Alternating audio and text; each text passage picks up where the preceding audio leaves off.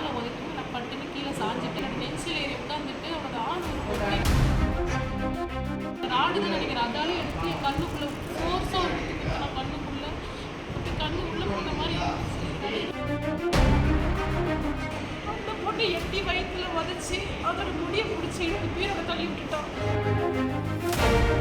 இப்போ எனக்கு நடக்கிற கொடுமை நிறைய பிள்ளைங்களுக்கு நடக்காது. எப்படி இருந்துச்சு சொல்லிட்டு காலை பிடிச்சா முடியை எடுத்து போட்டு தள்ளி விட்டு வயிற்றுலேயே அடிச்சிட்டாங்க. என் வயிறு இப்போ ரொம்ப வலிக்குது.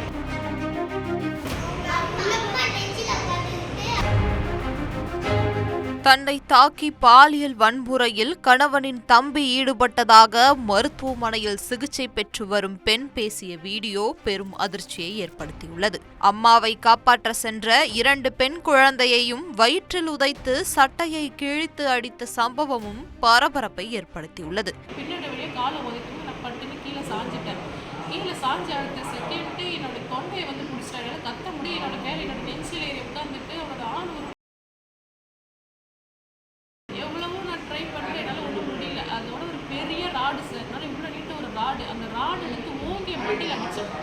என் மண்டையில் அடிச்சுதான் தெரிஞ்சுது. அதுக்கு என்ன நடக்குதுன்னு தெரியல. அந்த ராடு தான் நினைக்கிறேன். அதாலே எடுத்து என் கண்ணுக்குள்ளே ஃபோர்ஸாக எடுத்துக்கிட்டு நான் கண்ணுக்குள்ளே அப்படி கண்ணு உள்ளே போன மாதிரி பண்ணவும் முடியல.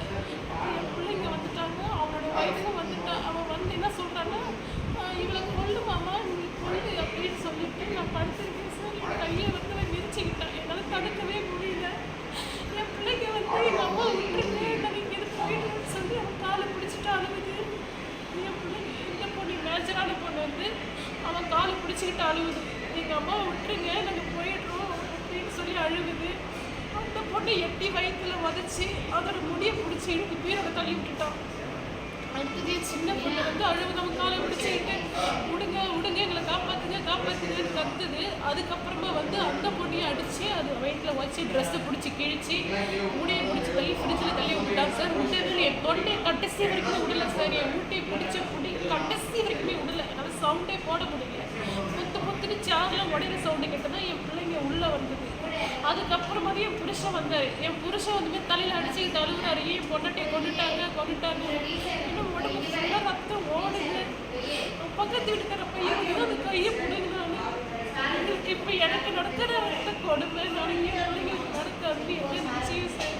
ஒரு பக்கம் அவங்க அம்மா என் புருஷனை போட்டு அடிக்கிறாங்க. எங்களுக்காக எங்கே வேணா பாதுகாப்பு சார்.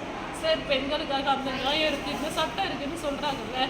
இத்தனை வருஷம் அந்த வீட்டில் நான் என்னைக்கு நுழைச்சேனோ அன்னையிலேருந்து அந்த அருள் வளவனால எனக்கு மிகப்பெரிய டார்ச்சரும் எங்களுக்கு உயிர் பயமும் இருந்தால் சார் நாங்கள் வெளியில் வந்தோம். கல்யாணம் பண்ண நாள்லேருந்து எங்களுக்கு பிரச்சனை பண்ணிகிட்டு இருந்தான். நான் போய் கம்ப்ளைண்ட் கொடுக்குறேன். போலீஸ்கிட்ட பணத்தை கொடுத்துட்டு உன்னால் எதுவும் பண்ண முடியாதுன்றான். எங்களை எவ்வளவோ சித்திரவதை பண்ணியிருக்கான். இப்போ என்கிட்ட தப்பாக நடக்க வரவன் நாளைக்கு என் பிள்ளைகிட்ட தப்பாக நடக்க மாட்டான்னு என்னைக்கு சார் நிச்சயம். என்னை ஏமாற்றி கல்யாணம் பண்ணிட்டு போய் என் மாமியார் எங்கே உன் பையன் 1 லட்சம் சம்பளம் வாங்குறான்னு சொன்னேன். 15 ஏக்கர் நிலம்னு சொன்னீங்க. எங்கே அந்த சம்பளம் வேற எங்கன்னு கேட்டதுக்கு என் சின்ன பையன் கூட வாழு, உன்னை நான் அவனுக்கு தான் பார்க்க வந்தேன்.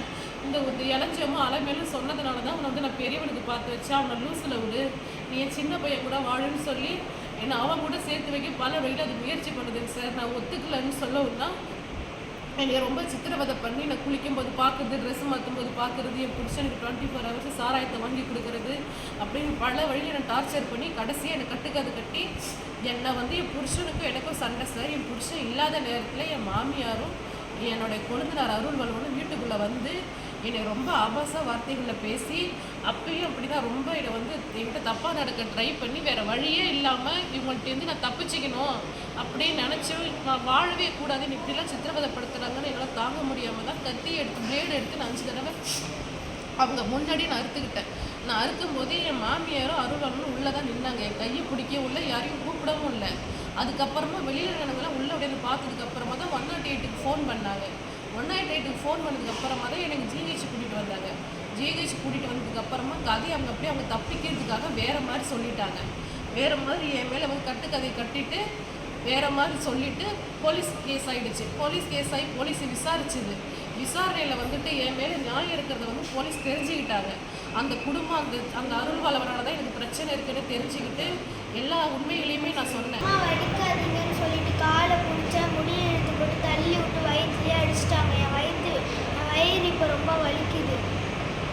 சார் அடித்தது அருள் வளவன். அவர் என்ன உனக்கு வேணும்? நைனான் என்ன என்னையே அப்படிதான் முடியை பிடிச்சி அடிச்சு அம்மாவை காப்பாத்து கத்தும்போது முடியை பிடிச்சி அடிச்சு ஃப்ரிட்ஜில் ஒரே தள்ளி விட்டி என்னது என் வயிறில் வச்சுட்டாங்க. யாரு? உள்ள வரும்போது அவங்க எங்கம்மா உட்காந்துருந்தா? அம்மா நெஞ்சில் உட்காந்துக்கிட்டு ரெஸ்ட் போகிறாங்க.